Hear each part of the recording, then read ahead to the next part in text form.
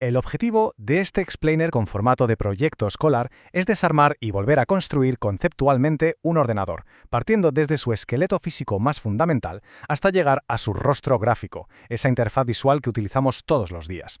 Al abordar este tema desde los cimientos, vamos a observar cómo cada pieza encaja perfectamente con la siguiente, comprendiendo la magia tecnológica que ocurre detrás de la pantalla sin dirigirnos a nadie en particular, sino simplemente analizando los hechos de esta arquitectura maravillosamente orquestada.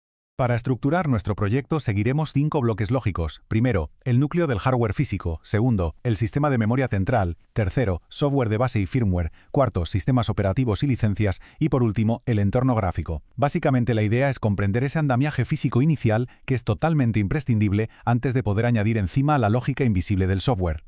Así que empezamos con la fase 1, el núcleo del hardware físico.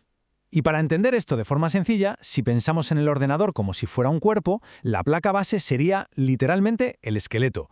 Es ese armazón donde unas diminutas pistas eléctricas llamadas buses conectan todo, desde la fuente de alimentación hasta la memoria. Y claro, si la placa base es el esqueleto, la CPU o unidad central de procesamiento es indiscutiblemente el cerebro. Este pequeño chip es el corazón vital de toda nuestra anatomía informática. Su arquitectura interna es absolutamente crucial porque dicta paso a paso, de forma exacta, cómo se procesan las tareas y cómo se ejecutan las instrucciones que manda el software. Ahora bien, a la hora de fabricar estos cerebros, existen dos grandes filosofías de diseño. Por un lado tenemos CISC, realiza operaciones súper complejas en muy pocos pasos, pero le toma varios ciclos de reloj. Podríamos compararlo con una herramienta pesada multiusos, y es el estándar típico en los ordenadores de escritorio. Por el otro lado tenemos RISC. Esta arquitectura es como un bisturí, utiliza instrucciones muy simples en un único ciclo de reloj. Esto significa que requiere más pasos para una misma tarea, pero a cambio consigue una eficiencia energética brutal. Por eso es la estrella en los teléfonos y dispositivos móviles actuales. Avanzamos a la fase 2, el sistema de memoria central. Porque el procesador, por muy potente que sea, no puede trabajar solo. Necesita espacio de almacenamiento. Igual que un cerebro biológico necesita recuerdos a corto plazo para pensar y reflejos permanentes para sobrevivir.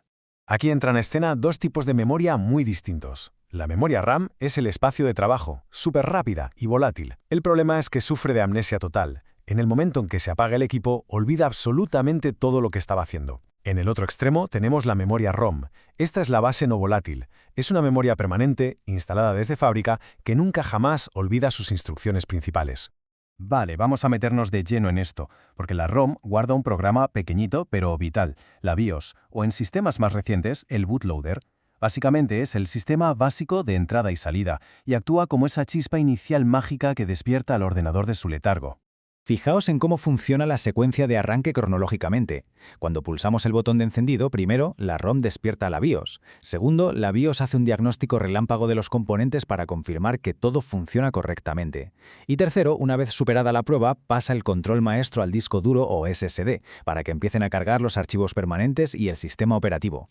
Llegados a este punto, hagamos una pausa en nuestro proyecto para hacernos una pregunta clave. ¿Cómo cobra vida realmente este hardware? Hasta ahora, solo hemos hablado de placas, chips y cables, piezas totalmente inertes. Esta pregunta nos sirve de transición para pasar de ese hardware frío y físico a la lógica invisible del software. Y eso nos lleva directamente a la fase 3, software de base y firmware. Esta es esa primera capa de lógica indispensable, diseñada para interactuar directamente con la máquina física que acabamos de ensamblar. Dentro de esta capa hay que definir con mucha precisión qué es el firmware.